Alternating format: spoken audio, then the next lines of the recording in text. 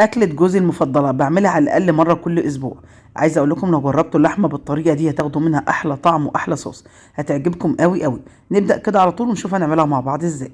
أول حاجة أنا بجيب لحمة بقطعها مكعبات صغيرة بالشكل ده، ويفضل اللحمة تكون لحمة ملبسة. بجيب طاسة بقى على النار بخليها تسخن معايا، وبعد كده ببدأ أضيف اللحمة بالشكل ده من غير أي دهون خالص، لا بضيف سمنة ولا بضيف زيت في المرحلة دي. أنا بشوح اللحمة في الدهون بتاعتها. زي ما انتم شايفين كده اللحمة معايا فيها نسبة دهون، فأنا بسيبها لما تتشوح براحتها خالص.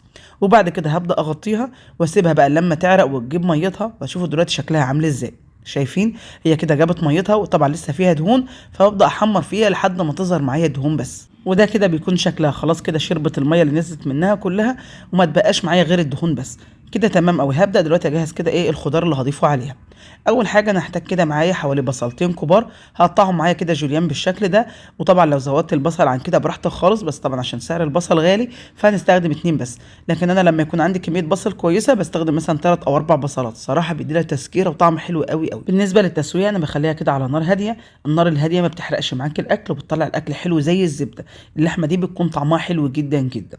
ضفت كده معايا البصل بالشكل ده، وهبدا بقى اشوح كده البصل مع اللحمه، بحيث البصل ده ياخد معايا اللون الذهبي. واوريكم برده شكله بيكون عامل ازاي. طبعا نسبه الدهون زي ما انتم شايفين كده مش كميه كبيره، فانا هزود كده معايا معلقه سمنه بلدي. عايز اقول لكم بقى معلقه السمنه دي هتنقله نقله تانية خالص. الروايح بقى تبدا تطلع، وعايز اقول لكم الريحه بجد خطيره حلوه قوي قوي.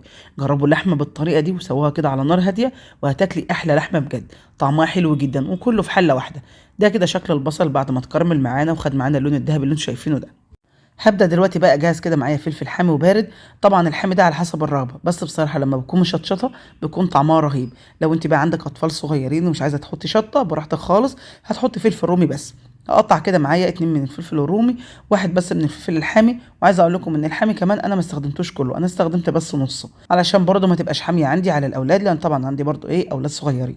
كده خلاص قطعت كميه الفلفل بتاعتي كلها.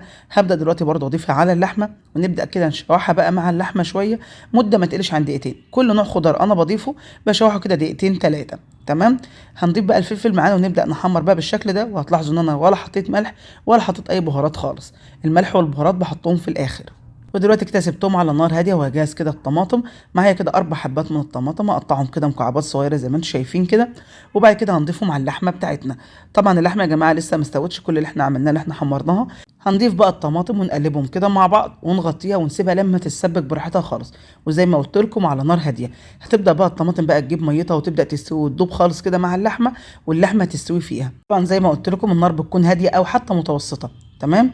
بتكون حلوه قوي قوي، وتبدا تتسبك بقى براحتها كده خالص، من غير بقى تقليب ولا اي حاجه. انت بس بتغطيها وتبدا تعرق بقى كده، والطماطم دي بتبدا تدوب ويكون طعمها حلو جدا. هشوفوا دلوقتي شكلها بيكون عامل ازاي. كده خلاص انا قلبتهم مع بعض، اغطيهم بالشكل ده واسيبهم كده حوالي نص ساعه. واوريكم دلوقتي شكلها. شايفين بقى شكلها عامل ازاي. شكل اللحمه اتغير معانا تماما، والريحه بقى عايزه اقول لكم قلبت الدنيا بجد. ما شاء الله، مفيش احلى من كده. عايزه اقول لكم طبق اللحمه ده والله العظيم في حته تانية. انا عن نفسي كده بحب اكله بالعيش مع مخلل بجد تحفه، ولا بحب رز جنبه ولا اي حاجه. هو كده لوحده كفايه. اخر حاجه بس بضيفها هي نص كوبايه من الميه المغليه. انا عايزه يبقى فيها صوص شويه. واخر حاجه بقى بضيفها هي البهارات.